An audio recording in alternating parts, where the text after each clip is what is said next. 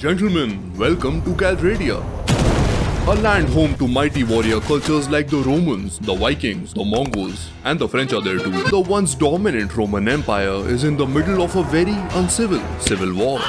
To make matters worse, it is surrounded on all sides by dangerous enemies, and the French are there too. All these kingdoms are known by different names to their historical counterparts, but have distinct characteristics inspired from them. You can choose to be a citizen of any one of them. Starting with next to nothing, you have to find ways to amass wealth, and more importantly, an army. Eventually, your warband can grow strong enough to alter the balance of power on the continent. Will you make the empire great again, or just ban entry into it for some of the Arabs? It is in this land not so different from our own that I, Borjorkor, plow the land with my trusty hoe to put a roof on our table and money over our heads. We come from the once great but now broke clan of Julius Caesar.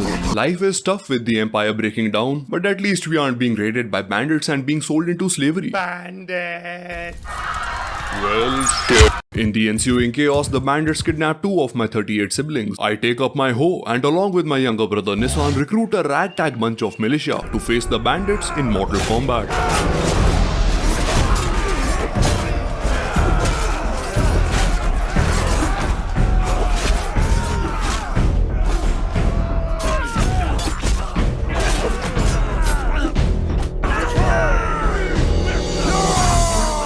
We find out that they have already sold our younger siblings into slavery. These guys are better at human trafficking than the British. We may need to buy them back or fight for them, requiring a substantial amount of money and military power, neither of which we currently had. You're broke! However, my hoe had got a taste for blood, and I knew then that the only thing it was going to plow anymore was medieval ass. Therefore, we split up, with Nissan taking Radagos on a search mission, while I set about making the bloodthirstiest warband Calradia had ever seen.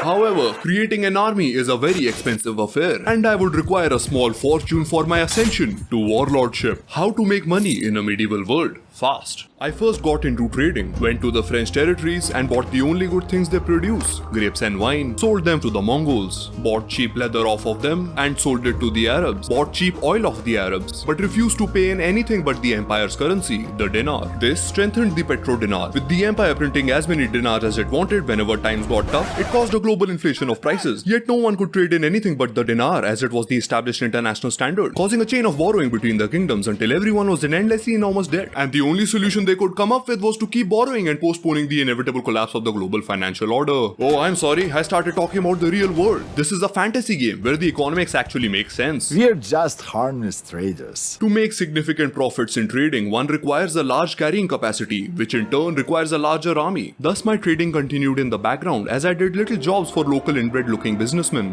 Bring me tools. Help! All my mules died of disease. Can you get me more? Sorry to hear that. I will. Bring me slaves.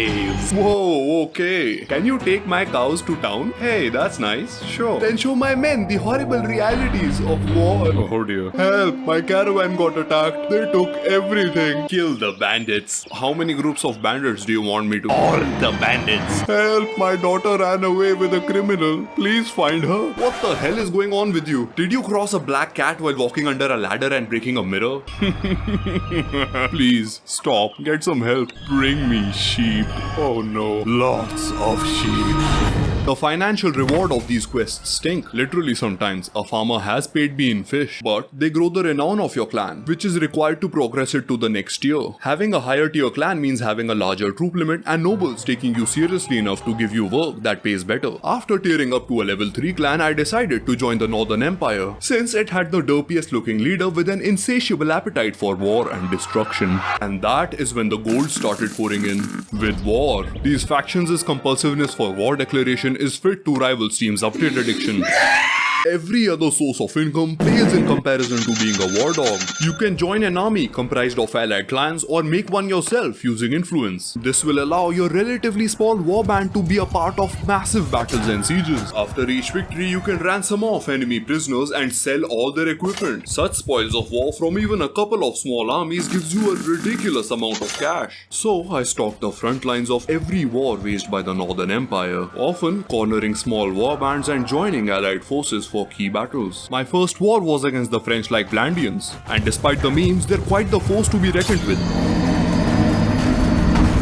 This is mainly due to most of their foes being comprised of cavalry units. Oh god, why do they have so much heavy cavalry? Heavy cavalry when faced in an open field is extremely overpowered, and this is lore accurate. That is despite the fact that cavalry charges are nerfed in this game. When a war horse that weighs more than half a ton slams into someone at full gallop, chances are they're not getting back up. The only reason I don't make my entire army comprised of heavy cavalry is that they're very expensive to train and maintain. Unsurprisingly, the Vlandians called for a peace treaty as soon as we took just one of their towns, and almost immediately our elegant king Arion had another target for us. Our next war was declared on the Mongol-like Khuzaits. As you may have already guessed, they specialize in horse archers. Historically speaking, their horde would have wiped the open plains with any of the other kingdom's armies. But here, they've become the easiest to beat. This is because the nomadic hordes of Eurasia employed complex hit-and-run tactics. To explain it simply, they would split themselves into multiple units that would harass the enemy lines, prompting them to break formation and picking them off once they were disorganized. For the same reason, the Khuzaits fail here. It is beyond the scope of the AI to replicate hit-and-run tactics. All their horse archers would come at me in one big group and get completely smashed by my cavalry and infantry working together. While I was pillaging their villages, I was confronted by the leader of the Khuzaits, Monchuk Khan himself. He had a numerical advantage, despite most of his army being made up of horse archers. This was going to be my first battle against an enemy general, all by myself. I would need to implement everything I had learned up until now. Even then, it was going to be a very hard-fought and extremely difficult battle. If it hadn't taken place in a swamp, the Khan's horsemen charged straight into the marshy terrain and got bogged down, preventing their escape as my melee units descended upon them. It was so short and one-sided I can hardly bring myself to call it a battle. The Khuzaits surrendered before we could even reach one of their towns, and yet again our king immediately declared another war, this time wanting to bathe in the blood of the Batanians. The Batanians are based on Celtic barbarians, and they are a dangerous mess to deal with. If you aren't aware of their tactics, your army will pay a heavy toll for them, which is exactly what happened to me. I noticed that they had a very large infantry force, so I positioned all my units to surround them while my archers laid down suppressing fire. When all of a sudden a massive volley of javelins started being rained down upon our troops. Turns out nearly all their infantry is made up of skirmishers. In addition to that, their ranged troops contain longbowmen and Batanian fiends, which happen to be the only tier 6 infantry unit in the entire game. In short, I needed to rush them down, but I was standing in skirmisher distance, which was just perfect for them. As my troops were being cut down in the dozens, I charged my infantry and flanked with heavy cavalry. Unfortunately, my horses were slowed down due to the dense forest, which happens to stretch over all Batanian territories. The entirety of my infantry unit was wiped out, and I had to rely on reinforcements to secure a close victory. The Batanians fought hard, but by now the Northern Empire had grown far too large for any single faction to defeat. BannerLord 2's combat is something special, unbalanced, unforgiving, and completely broken, as it should be.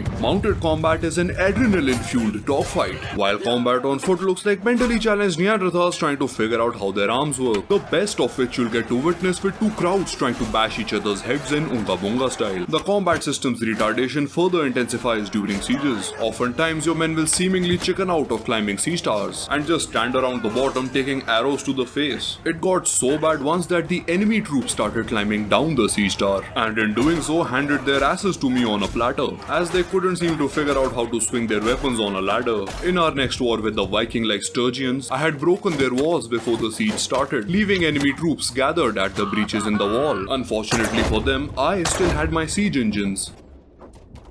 After that battle, I felt more like a poacher, having taken out hundreds of sitting ducks. After having raided most of Calradia, I had amassed a fortune and built an elite warband. Each of my lieutenants further commanded their own party, often joining the Empire's armies and earning influence for our clan. But something's been bothering me all this time. Something important I've been forgetting. In the ensuing chaos, the bandits kidnapped 2 of my 38 siblings. Oh yes, getting the best armor. My first set of tier 2 armor was scraped together from beating bandit bosses. Over time, I won a lot of tournaments and upgraded to a tier 4 set. Tier 6 armor is worth a fortune, and I'm gonna blow nearly all of my money getting it. But bro, I hear you ask, would it not be better to invest in trade caravans and businesses? Why blow all your funds on possibly taking one more hit before dying in battle? That's a fair point, my entrepreneuring viewer. But this is a world where 4-month-old babies become daring and calculating. Conventional wisdom does dictate that investing in profitable businesses is one of the best ways to grow your wealth. However, an environment of conflict is detrimental to to the health of such businesses. And as you know, Calradia is steeped in violent conflict. Additionally, wars do not stop for the Northern Empire. Every single trade caravan I've bought has been seized within its first week of operation.